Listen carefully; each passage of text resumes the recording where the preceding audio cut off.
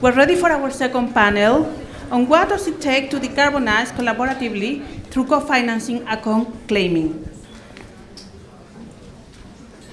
So, this panel will provide concrete examples from corporate representatives on some of the challenges they are facing on the ground when it comes to value chain emissions and the solutions that help addressing them. It's my pleasure to call on stage, or well, he's already here, my colleague, Thomas Blackburn, VP of Business Development at SustainCert. So Thomas is an experienced sustainability and carbon leader who has dedicated his career to helping business achieve science-based net zero targets. So thank you. Thank you. Thank you. Okay, yeah. Thank you, Silvana, for the introduction. Thank you all for waiting in line also to get in. It was a very New York moment there for a moment with a long line to get in, so thank you all for your patience with that. What I'm excited to hear today is just a little bit more getting into, the action, a little bit away from, we've just heard from standards, right? There's still some evolution of those standards. There's been a lot of progress on clarity from those standards. Meanwhile, we have been working as the Value Change Initiative to also create some guidelines for companies. What are best practices today? How can we actually look at taking action on decarbonization today while there's still some uncertainty as standards develop, right? So I'd say the Value Change Initiative is very much that coalition of the willing to jump into things and experiment a bit.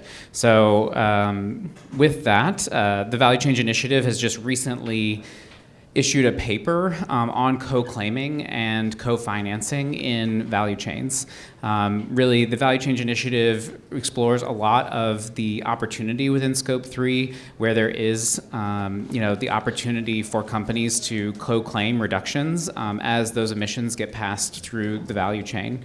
And so what we're here today to do is to explore a little bit of how companies are actually looking at implementing these programs. What does financing look like? What does some of the co-claiming look like? What are some of the challenges that are a part of that?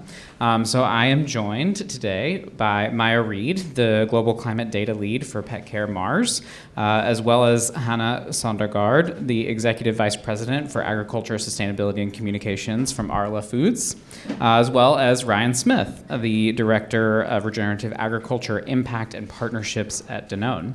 And it's great to have Mars and Danone here, two of the founders of the Value Change Initiative. So it's really coming full circle. I'll start with you, Maya. Last year, Mars was here announcing a very ambitious new target for climate strategy. Tell us a little bit about how that's going and what sort of, reduction programs you're looking at, and how are you thinking about financing those with some of your partners? Yeah. Thanks, Thomas, and thanks everybody for being here. I'm glad to be here. So for those of you who don't know, Mars, large company, large CPG, family-owned company, very committed to climate and climate change mitigation. Last year, we had a big announcement, which was that we had a validated net zero SBTI target, aiming for net zero emissions by 2050, and also to halve our emissions throughout our entire value chain by 2030. We just recently, I guess a few months ago at this point, announced the progress that we've made towards that target so far, which was that from our baseline in 2015, we've been able to reduce emissions by 16%, and that includes an 8% reduction from our previous reporting year. So a lot of folks at Mars working very hard to make that happen. So where are those reductions coming from? Kind of high level, lots of work on deforestation, particularly in our cocoa and palm supply chains, lots of work on electrification and renewable energy in our operated facilities, and a lot of work on product reformulation as well. One of our big initiatives in the Mars snacking segment is moving dairy forward.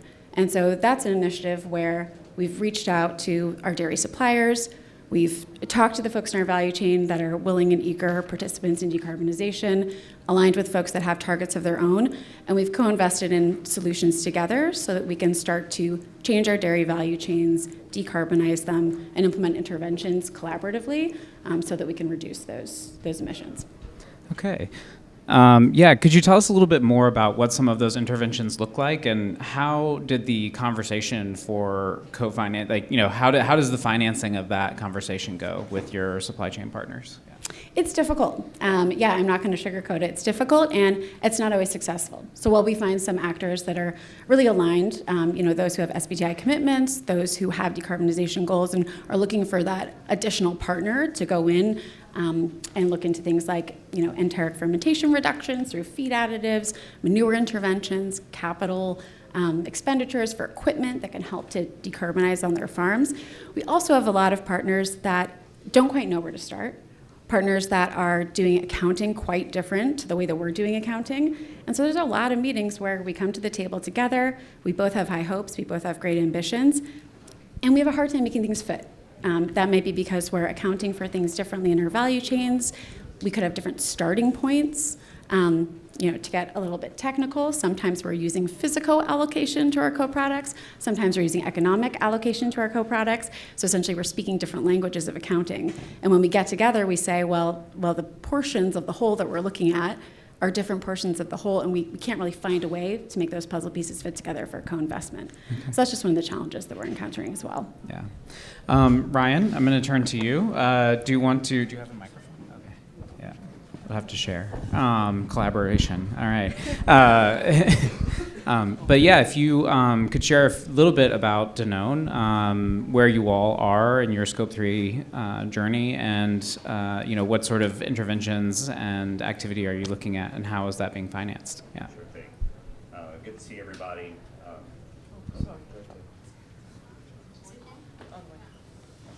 Hello? Hello? No? Oh, no? Take that one. All right. Oh, there we go. Awesome. Yeah, good to see everybody. I see so many rock stars out here. I'm surprised I'm up here. But Ryan Smith with Danone,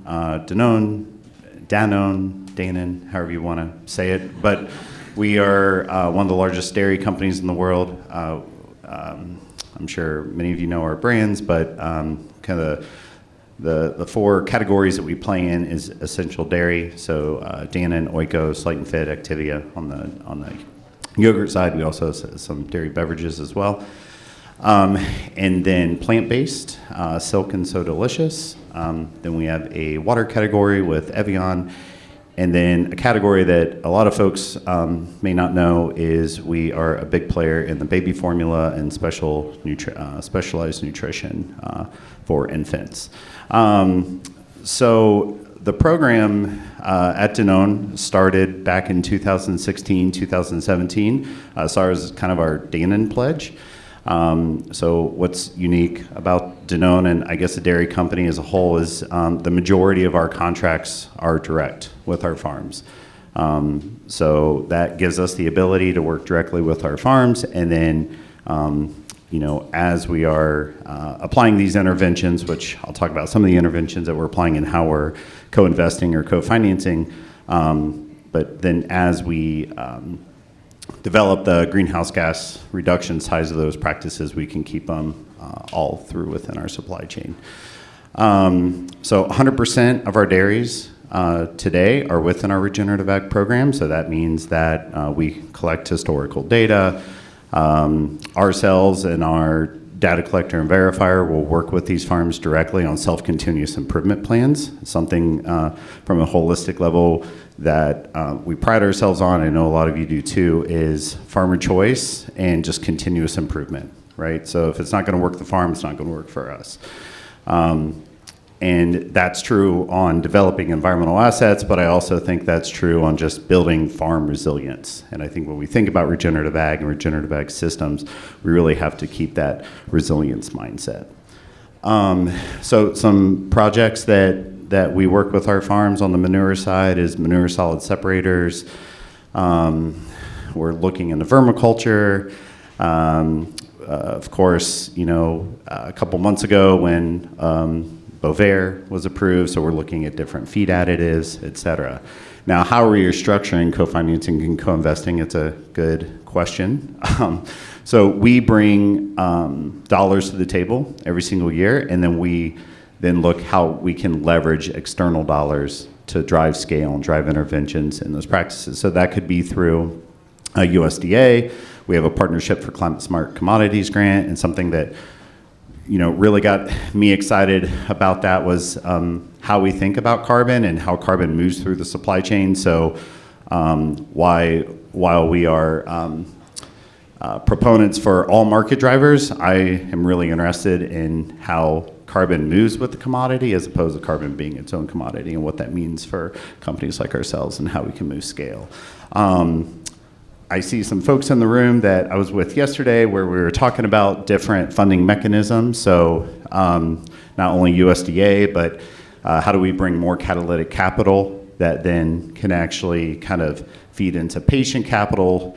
So we're, again, talking to USDA, we're talking to upstream and downstream suppliers, which I'll talk about in my next round. But there's no one key, right? We have to be very diverse in our opportunities, and again, making sure that the mechanisms that we're developing is working for the farm. Right, so quite a few sort of bilateral conversations in that sense, right? Yeah, in terms of, there's not necessarily one financing mechanism that's working for any particular program. Okay. Hannah, I'll turn to you as well. A little bit different. You represent a cooperative, right? Yeah. It'd be great to hear from you a little bit about how you're thinking about working with the overall cooperative, how you're thinking about financing some of those reductions, and how that conversation goes with your downstream partners as well. Yeah, thank you. So also pleased to be here. ALA is for those that don't know, is a Northern European dairy cooperative. We are owned by 8,000 dairy farmers across 7 countries in Northern Europe. And we have targets. We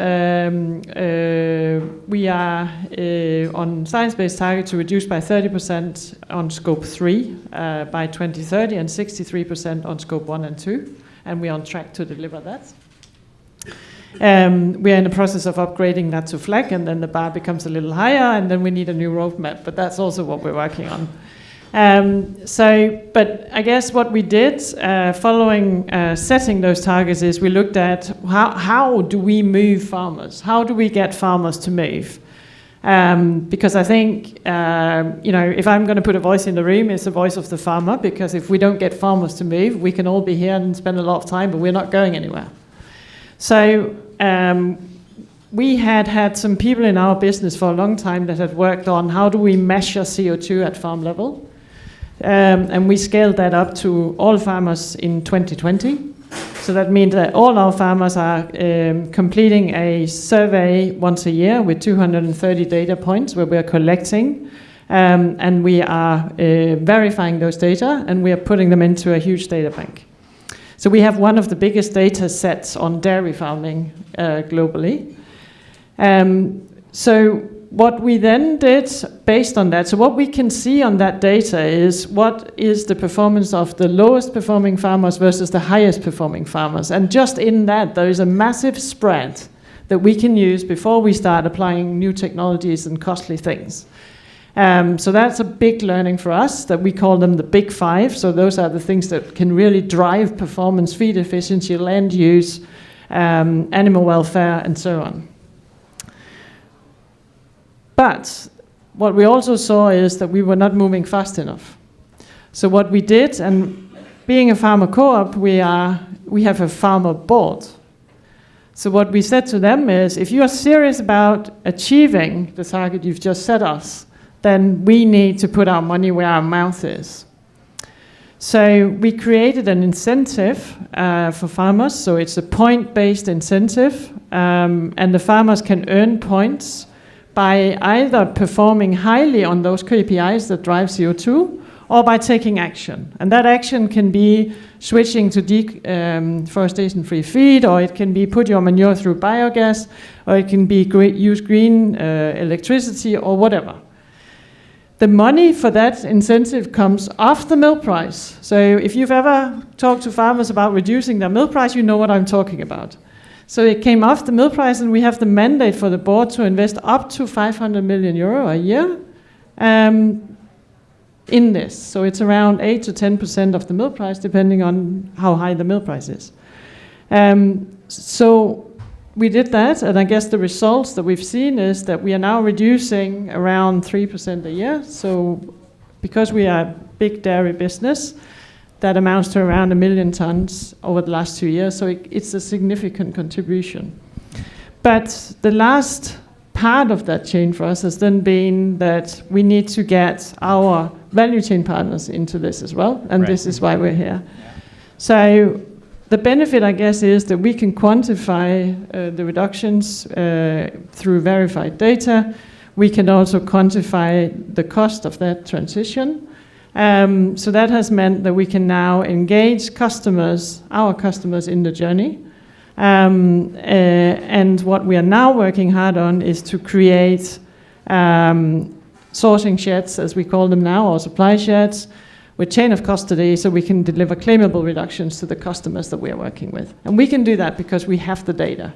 I'm well aware that that's not going to be the case on all supply chains, but that's the benefit, I guess, that we have. Yeah, and I mean, that initial sort of outlay for collecting the data, right? Did that come from the co-op as well? Did that come from Arla? Or, I mean, has there been any external support in any of these initiatives? I mean, you're achieving huge numbers, right? I mean, yeah. So the people that started working on this 10 years ago were inside the business. We started collecting data from farmers without having them verified. And the quality was rubbish, to be honest. Okay. So then what we engaged is partners in all of our countries to verify the data at farm level. And now we have good quality data. And we need that, of course, for the system to work, but we also need it for the farmers. Because the farmers they're giving up money to pay out to farmers that have performed better. They want to know that that data that's behind that transfer of money is robust. Mm. So there is in the system a need for that as well as in the value chain, I think. Right. And are you seeing that willingness from downstream players to engage in the conversation around co-financing? Yeah. Yes, we are. Okay. I think the SBTI mechanism is a very strong mechanism for us to have aligned targets. I know that it's frustrating because the methodology is evolving and all of this, but I do think it's a strong mechanism for us to have aligned targets. I think the challenge we all have is maybe not so much what we talk about today, but how do we get the consumers to work with us as well? So, we need that as well, I think. But yes, we are definitely seeing good results in getting our customers into this. Yeah, and I think, some of that clarity around data and the traceability also helps you to achieve that faster, right? Yeah. So maybe Maya, coming back to you, working more in pet care, working more on grains across a range of ingredients for Mars, right? Do you see that future coming for other types of commodities? I mean, are you seeing similar financing structures evolve for you all as a food buyer? What are you seeing there? When it comes to Yeah. Is this working? Yes. Sorry, Okay. it's very loud. When it comes to downstream actors. Yes. Yeah. And so it's really interesting to have a few different folks here representing, different nodes of the supply chain. We would be, a customer of Arla's purchasing dairy products. When we talk about the folks that are downstream for us, we're mostly talking about retailers. Yeah. And so while it's great to have collaborations kind of at our nodes of the supply chain, one challenging piece for us has been collaboration with retailers. We know that there's a lot of, commitments that are forthcoming or that have already been set by large retail partners. There's a lot of data collection. We're getting, surveys all the time from CDP supply chain questionnaires to bespoke questionnaires from different retailers to fill that out. But the question becomes beyond data sharing, beyond information, how do we then collaborate to reduce what we've now quantified? How do we get on the same page with that? So I think one of our desires is really getting more retailers in these conversations, here in audiences like this, in forums like the Value Change Initiative, so that we can understand what are the data points that they're looking for, what does the collaboration look like, and how can we really co-invest for a win-win solution that's going to help to reduce both of our Scope 3 supply chains. we're seeing less of that than we'd like to at this point in time, and that's still kind of a blind spot. Okay, yeah, and Hannah, I think you wanted to comment as well. Yeah, we actually had a commercial conference last week, and one of our sales directors said, Hannah, who on earth would have thought it was this difficult to sell milk? And I was like, yeah, well, you're not selling milk anymore. So my message to them was also, we are almost creating a new supply chain. We have a product supply chain, but this is another supply chain of carbon reductions. So I think as companies, and we also have our biggest part of our business is actually a retail business. So as companies, I think we also need to work out how are we going to set this up and do it efficiently, right? We have to, as part of the program, we have to deliver over the next 12 months 70 individual reports with the same assurance and quality standards as our annual report to customers. That's why I'm here on my own. That's why I'm here on my own. Yeah. Are you drafting all those yourself? This is the factory. This is the factory that we're building. Yeah, amazing. I mean, and I think what your example speaks to is a really strong foundation of data, right? And some of the greenhouse gas accounting that can come from that.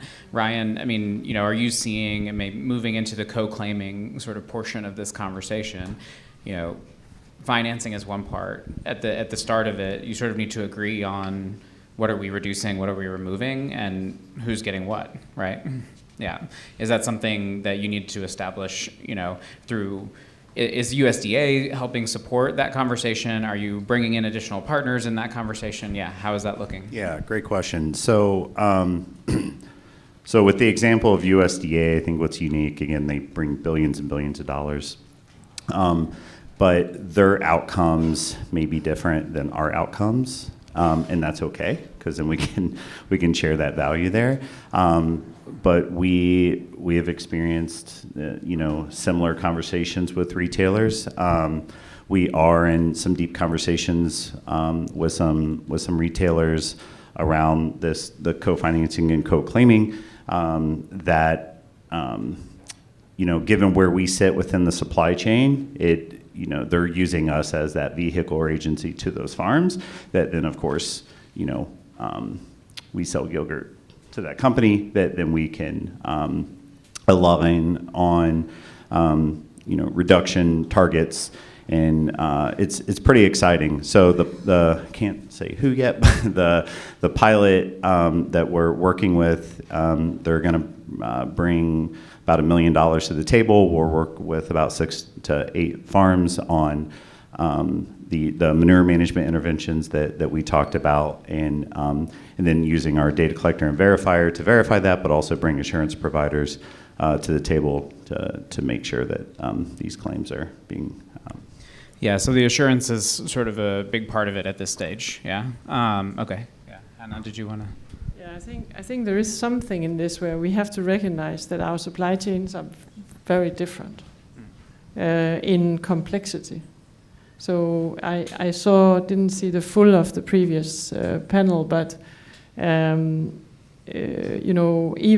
within our businesses, some of the value chains are very easy. 1 liter of milk from one farm into one factory into one retailer, piece of cake. But if you go to the other end of that spectrum, even in our business, you can get a very, very complex supply chain. So how do we deal with that? I think that is a question that, for me, is something that we need to work on together. Yeah, and in that conversation with retailers, is that a part of the conversation as well, that data alignment? Is that something that maybe is holding back some of the engagement with downstream partners as well? I'd say that conversation comes up more often, not with the retailers. If we kind of think, I always say, vertically along our value chain versus horizontally, that conversation comes up a lot when we're looking at co-investing in projects with other off-takers of co-products for the commodities that we buy. So, Mars being a business across lots of different categories, most of the products that we're buying are actually co-products or derivatives. It's wheat flour, or it's, beef dry meal. It's not necessarily a whole product. So there's other off-takers that, take other parts of that wheat or take other parts of that corn grain. And those are the folks where, in an ideal situation, with perfect information, we would know every other off-taker of every other co-product. We could all get together, we could co-invest and be able to claim and split up very evenly 100% of the reductions that are coming from field emissions from an intervention. We don't live in a world with perfect information. So we have to seek out those people, play a little bit of matchmaking, and then, like I was mentioning a little bit earlier, when we do, oftentimes we come to the table and say, how does this work? We're using different data systems. One might be using intervention accounting, where one is using inventory accounting to, project what the emissions reductions could be for some of these projects. We're coming in using different baselines that are developed from different proxy data, sources, be it LCA databases, government USDA data, what have you. So we disagree on what the hotspots are and where we should focus our efforts to aim on reductions. And then last but not least, there's allocation. How do we do the divvying up if we don't have 100% of the buyers of that commodity represented in the conversation? So do we look at economic allocation? Do we look at physical allocation? How do our dollars really translate into the reductions, and who takes what at the end? And that ends up being the kind of holding point in a lot of those conversations. And it's a bit of the conversation that came up earlier, right? Which is also, what are the stranded assets that potentially are generated, right? You all are taking a leading step in creating these interventions, investing in reductions, and then if that only is a small portion of what you can get from a co-product, you need a little bit more reassurance that you can actually make credible claims around the impact that's occurred, right? Until you get that crowding in of other players into the additional co-products you have. Yeah. Can I just add one thing real quick? So as we continue to build out these financing initiatives, these strategies, one very important thing that we have to remember, collaboration is key, and these mechanisms that we develop are useless if nobody uses them, right? So that gets back to the educational piece, to not only everybody in the room, but how farmers are using these, right? Because we know that there are policies and rules depending on where that co-financing is coming from, and that can get very confusing to a farm. So I think groups like ourselves and groups out there can really help be these strategic advisors, making sure that we're setting these farms up for success to use these mechanisms that work best for them. So I know it went off the rails there for a minute, but no. I just want to make sure that we're really keeping the, collaboration is key and working together to make sure we're actually using these mechanisms we develop. Yeah, definitely. And just building on that, there's a huge risk for any of these farmers that are enrolling in these projects, in climate smart agriculture, regen ag interventions. Well, a big part of me says, act now, figure it out later, even the data technical side, because we can't afford to wait. You have to understand that there's so much risk involved in just enrolling in these projects. If there's a collaboration, if the accounting, the data, the mess gets in the way of a project's longevity and a project's reliability, that's a farmer's livelihood and a farmer's income. So we need to make sure that we can not only translate everything very clearly to the folks that are implementing these practice changes on the field, but also give the reassurance that these payments are going to keep coming. And Hannah, is that what you've seen to be most effective with farmers? Is that incentive program and that scoring? What is moving the needle for them? Yeah, I think so. I think what we have, I actually think that we should try and protect the farmers from the noise of this conversation. So I'm glad they're not here in this room. So I think what our incentive does is it puts it into farmer language. When you look at the incentive, as a farmer, you'll see, okay, this I get, this is stuff I can do, and it makes sense to me. And I think we need to make sure that is the case. How we then deal with their action, down or up, or whatever it is, downstream, I think we need to take responsibility for letting them have the flexibility to do the right thing, what fits their farm, at scale.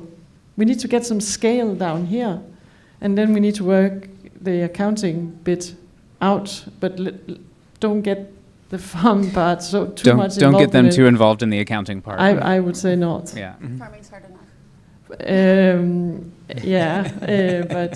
But I think we need to be careful that they don't get confused by us trying to work this out.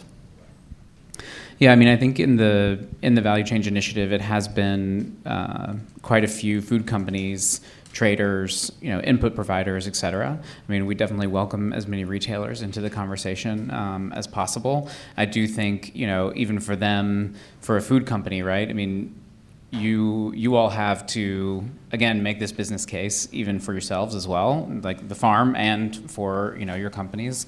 There is some risk involved, and there's also this sort of what are the rewards going to be from that in the short term and in the long term. So I think balancing quite a few challenges to actually get these programs off the ground. Are there any other sort of programs or financing or questions you all wanted to highlight about challenges you're having in working in interventions and reducing Scope 3 emissions? I know you mentioned chain of custody a bit and some of the traceability pieces. Could you talk about, I mean, you have a fairly short supply chain, right? Yeah. So, yeah. In part of our business, but we also have, a lot of derivatives of the main products going into other products. So our business is also a bit of both, I would say. Yeah. But I think there is stuff that needs to happen that the market can't finance. I think if we look at the value chain, we can finance some of it, but we can't finance everything. Yeah. So I think the way that's the point you've been making also, Ryan, the way that we bring in, good programs of subsidies or whatever it is, we need to do that well as well, I think. Yeah, and I think, Ryan, you mentioned external financing, and then Maya, how is Mars working and financing some of those programs? Is it co-investment with suppliers? How are you all looking at that model? Yeah. It's mostly us. Yeah, we Okay. we definitely have projects where we do co-invest, and some historic and legacy projects there. Yeah. Forging ahead. At this point, Yeah. a lot of it is we need to take action. Like I was saying, we kind of time and tides and climate wait for no man. It's changing, and we really need to start taking action. We didn't want to let the challenges of collaboration in some ways hold us back. So our investments are happening, with our regions, with all of our different, global sectors investing, while we're still continuing to pursue those collaborations. Those collaborations we're seeing as, the opportunity to then scale that work, make things bigger, scale across new geographies and into new crops. And I guess the last question for you all is, what is that scaling lever? Is it more data alignment? Is it more chain of custody? Is it new financing models? Is it all of the above? Yeah. Yeah, so I know there's this big debate about inventory model or not. I do seen from our perspective, we need to get that going to get scale. And yes, then we can accelerate with further activity, but we need to get everyone with us. Is the projects we can do, they are great, but they are not huge scale. I do think we need to get the inventory approach to work for us. Yeah, and I agree. I think it feels sometimes like it can be overly technical to keep saying we need to understand the accounting, we need to understand how we, really take credit for what we're doing in a way that's universal, in a way that's aligned. But without that understanding, we can't manage what we can't measure. We certainly can't reliably continue to invest in projects that don't have, returns that we're reassured are going to come every year. There's starting to definitely be some folks that are spooked in the industry that are saying, I don't know if I can count this project anymore. Do we really want to continue to double down and expand the acres that we're implementing interventions on? So I think getting that alignment is really important.